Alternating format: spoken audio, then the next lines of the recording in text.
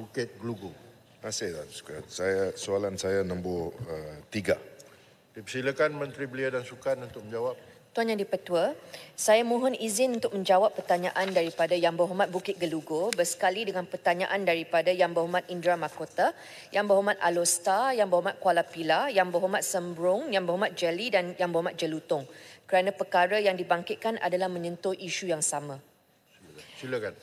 Kementerian Belia dan Sukan ingin merakamkan penghargaan kepada seluruh rakyat Malaysia atas sokongan yang diberikan kepada atlet Malaysia atas aksi dan semangat juang sepanjang Sukan Olimpik Paris 2024.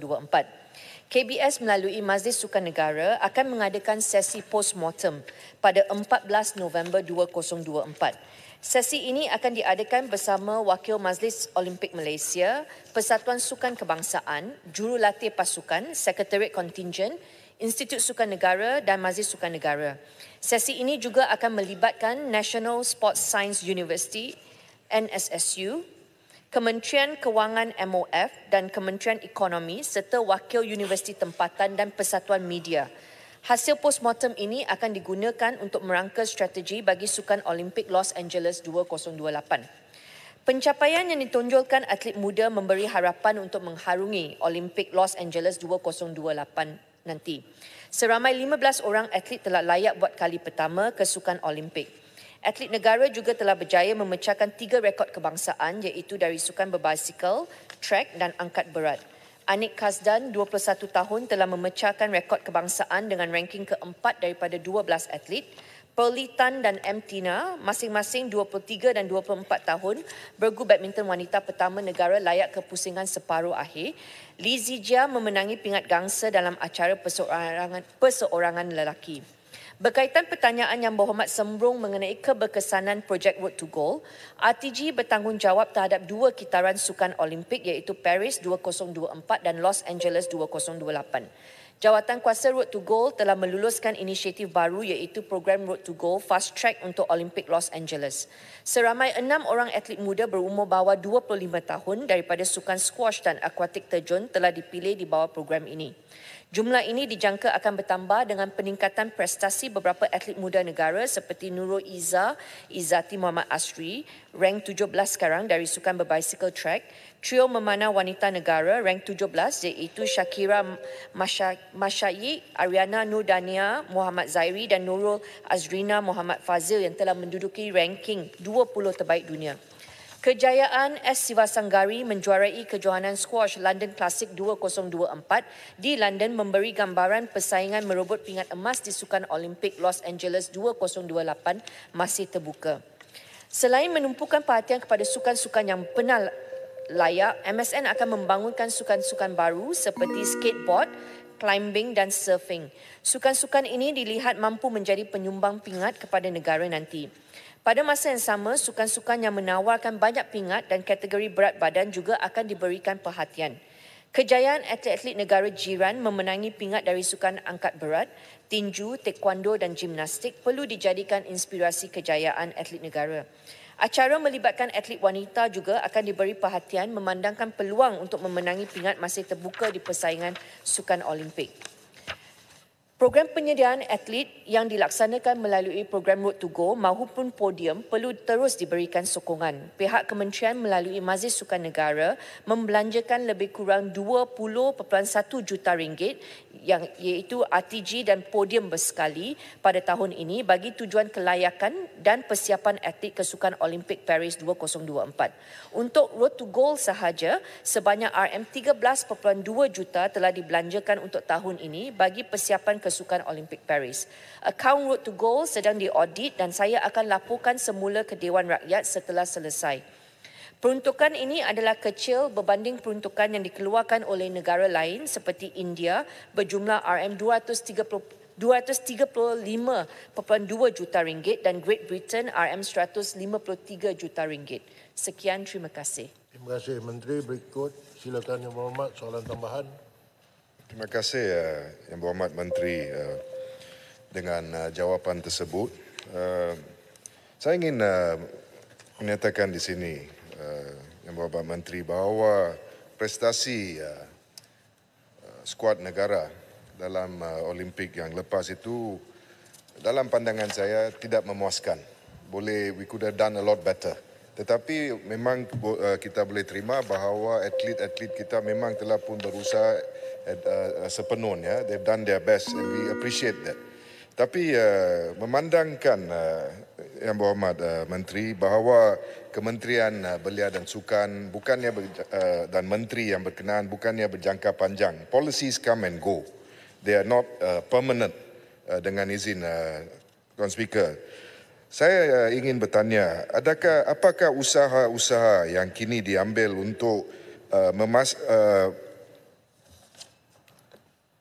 untuk menyediakan kontijen negara untuk Los Angeles 2028, dan apakah usaha-usaha diambil untuk memastikan badan-badan yang berkenaan Sports Councils seperti dengan izin National Sports Council and Olympic Council of Malaysia memperkenalkan dasar-dasar yang efektif dan berjangka panjang. Sekiranya Kementerian tukar, adakah polisi-polisi dan dasar-dasar akan berterusan ataupun are we going to see changes in policies again which will disrupt the progress of the national contingent dengan izin. Dan keduanya, akhirnya, apakah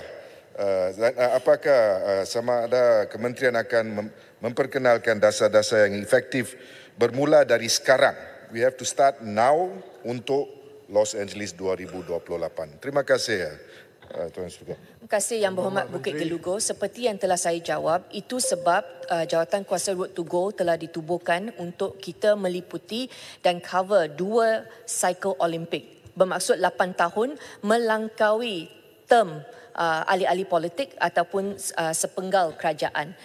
Dalam Jawatan Kuasa Road to Gold, kita telah masukkan atlet-atlet bertaraf dunia seperti Datuk Nicole David, Datuk Lee Chong Wei, Datuk Menawan yang turut serta dalam Jawatan Kuasa Road to Gold membuat keputusan yang terbaik untuk atlet. Dan Majlis Olimpik Malaysia juga turut duduk dalam jawatan kuasa tersebut. Hasrat saya sekarang adalah untuk lihat bagaimana kita boleh institutionalize Road to Gold.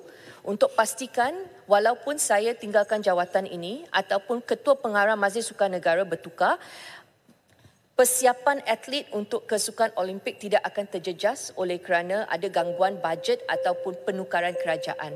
Ini kita belajar daripada penggal lepas di mana banyak pertukaran Menteri Belia dan Sukan dan bajet banyak terkesan oleh sebab pertukaran kerajaan. Oleh sebab itu, persiapan Jawatan Kuasa Road to Gold untuk Los Angeles 2028 telah bermula sekarang. Kita telah mula belanja untuk hantar fast track atlet squash 208. Semua persiapan sedang dijalankan sekarang untuk pastikan bukan lagi last minute seperti saya baru masuk 2022. Kena cepat-cepat tubuhkan Road to Gold. Pastikan atlet badminton, atlet berbasikal dan Anik Kasdan pun masuk last minute untuk pastikan mereka mempunyai persiapan yang mencukupi bila mereka ke sana.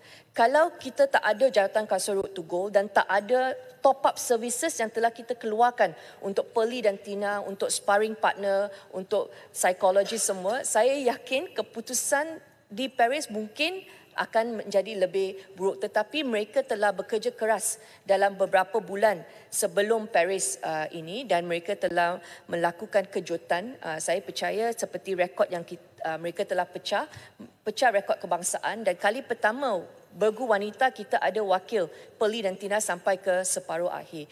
Jadi ini semua menunjukkan petunjuk yang bagus dan saya berharap kita akan dapat terus mendapat sokongan Kementerian Kewangan dan Kementerian Ekonomi untuk kita terus membangunkan. Dan hasrat saya jumlah atlet yang ke Olimpik boleh bertambah. Itu hasrat kita. Okey. Terima kasih Menteri. Silakan Yang Berhormat Indra Mogotke. Terima kasih Yang Berhormat Menteri. Saya nak sambung sikit sahabat saya Bukit Gelugur tadi. Dia begini, apa yang Yang Berhormat Menteri sebutkan tadi itu bagus dan kita sokong teruskan yang itu. Tetapi di samping itu juga mungkin ini waktu yang tepat. Mungkin ini bukan kali pertama tapi waktu yang tepat juga untuk melihat the whole trajectory dengan izin seorang atlet Malaysia itu dari dia kanak-kanak sampai ke Olimpik atau pertandingan yang setara Maksud saya melihat dari bermulanya talent identification pada tahap 1, tahun 1, 2, 3, sekolah kebangsaan, sampai ke universiti, sampai dia jadi profesional. Bermakna kita melihat long term athlete development. Maknanya 8 tahun tu betul, tapi beyond that. Supaya kita ada matching antara pool yang besar, yakni budaya sukan dan atlet berprestasi tinggi. Dan saya ada juga 1-2 nama saya boleh cadang kepada Yang Berhormat untuk agaknya boleh dibawa masuk dalam postmortem itu. Terima kasih. Boleh bagi saya nama tersebut, tetapi seperti yang saya nyatakan kepada Parlimen, Kementerian Belia dan Sukan sahaja tidak mencukupi untuk membangunkan ekosistem ini. Sejujurnya, kita perlukan banyak kerjasama daripada Kementerian Pendidikan Malaysia dan Kementerian Pendidikan Tinggi kerana bajet mereka lebih besar untuk menyiapkan atlet dan jumlah pelajar di bawah jagaan mereka cukup luas. Okey, jadi dengan adanya high level committee sekarang yang dipengerusikan oleh Timbalan Perdana Menteri bersama Menteri Pendidikan, Menteri KPT dan KBS, kita berharap kita boleh wujudkan ekosistem yang ketat.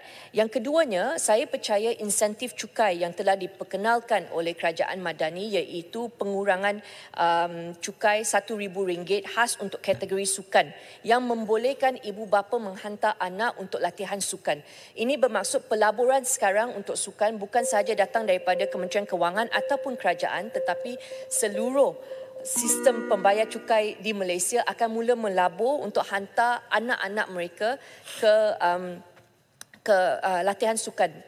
Dan saya percaya dengan adanya usaha seperti ini, atlet kita akan bertambah. Yang keduanya adalah untuk kategori Masters. Yang Berhormat, kalau kita lihat peserta Olimpik baru-baru ini, yang senior pun boleh pergi dan menang pingat. Dan ini yang kita nak untuk pastikan kita tak tertumpu hanya untuk Sukma. Sukma adalah untuk atlet bawah 21 tahun. Tetapi mulai tahun ini, Majlis Sukan Negara akan memulakan kejohanan Masters untuk 40 tahun ke atas. Untuk sukan-sukan yang popular di Malaysia, untuk kita lihat, berikan platform untuk atlet yang berusia untuk bertanding. Dan mana tahu mungkin dalam Los Angeles 2028 kita boleh menemui seorang juara yang tak tahu datang dari mana kerana mereka tak ada dalam Sukma. Tetapi oleh kerana kita adakan kejohanan Masters, mungkin kita boleh dapat seorang juara yang akan mewakili Malaysia ke Los Angeles nanti. Kita sedang memperluaskan usaha Kementerian Belia dan Sukan untuk mencari atlet yang boleh mewakili Malaysia. Terima kasih. Terima kasih, Bapak Menteri. Berikut Majlis Kesoalan